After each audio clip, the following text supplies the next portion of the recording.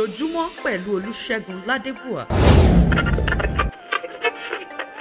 Episteli ti Pọ́ọ̀lù àpòstélì sí àwọn ará Éfésù orí kejì. Ṣùgbọ́n Ọlọ́run ọ́nẹ́rẹ́ ìbùsàn nínú àánú túdà òfẹ́ ńlá rẹ̀rùn fúnfẹ́ ní. náà àdérà alẹ́ ti kú túdà òrè kọjá ẹni. ó sọ wá dáàyè pẹ̀lú Kristi Jésù Olódùmarè ẹni. orí ọ̀fẹ́ rà àti fún gbàmẹ́lá. ó dẹ́ ti run àpálẹ̀ pẹ̀lú rẹ̀. ó ti mú ẹni kalẹ̀ pẹ̀lú rẹ̀ nínú àwọn ọ̀run nínú Kristi Jésù Olódùmarè ẹni. ọ̀fọ̀ ní dédé ògbàre dẹ̀ ń bọ̀ wá. ó lè fu ọ̀rọ̀ orí ọ̀fẹ́ rẹ̀ rè ìbùsàn rè kọjá hàn nínú ṣeun rẹ̀ tiwa nínú Kristi Jésù Olódùmarè ẹni. nítorí ọ̀fọ̀ orí ọ̀fẹ́ rà àti fi gbàmẹ́lá pa gbàgbọ́ àti ẹ̀mẹ́ rè ṣe kẹ̀dẹ̀rẹ̀ ṣuṣẹ́ ọwọ́ ẹ̀mẹ́ tún ká ẹ̀mẹ́ ẹ̀bùn Ọlọ́run Olódùmarè rán wa.